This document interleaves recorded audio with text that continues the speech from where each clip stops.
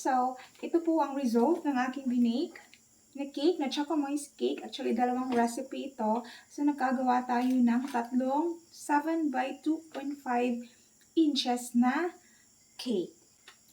Upang matuto kung paano ko ito ginawa, watch this. Para sa Chocomoist cake recipe, prepare natin yung dry ingredients.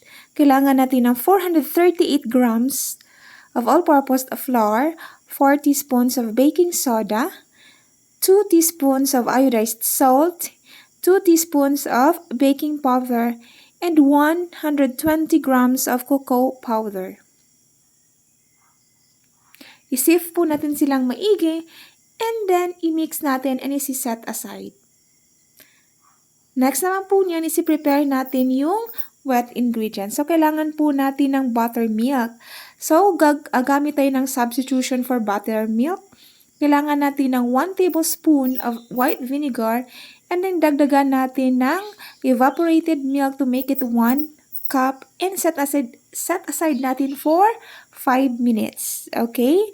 So, pagkatapos ng buttermilk, mix natin yung canola oil.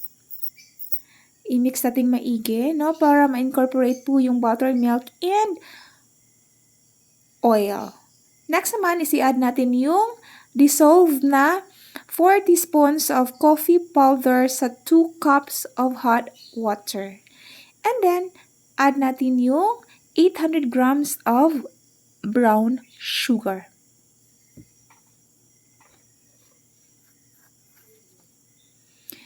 So, kailangan dissolve yung brown sugar na maigi, no?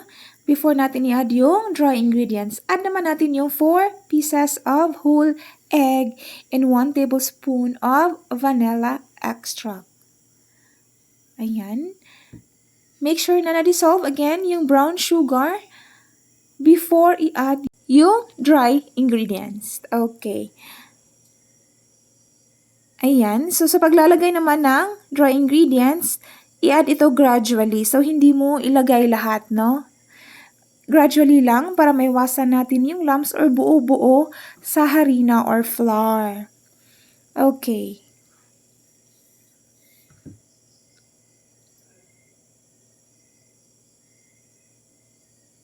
So, yung oven po natin is naka-preheat na, no? Na 15 to 20 minutes. So, kailangan pong preheated yung oven. Saka natin isalang yung ating mixture para maiwasan po nating bumagsak or mali-mali yung pagkaluto.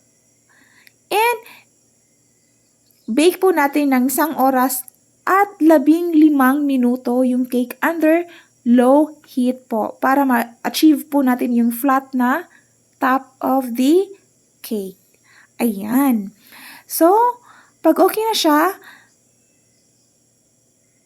na-mix, next naman to make sure na walang lumps is kailangan natin siyang salain. So, salain natin yung mixture and then i-distribute natin equally or i-divide equally doon sa baking pan.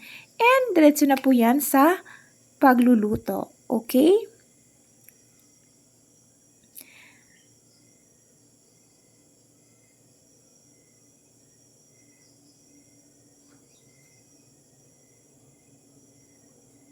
Ayan. Okay, so may tatlo tayong 7.2.5 na baking pan na naka-prepare na. So, nilagyan ko ng glasin bawat isa para madali pong matanggal, no? Pag na-bake na yung cake. Ayan. Sana po ay may natutunan kayo, no? Sa ating video. Maraming salamat po sa panonood and don't forget to subscribe, follow, and share. Thank you so much. Bye!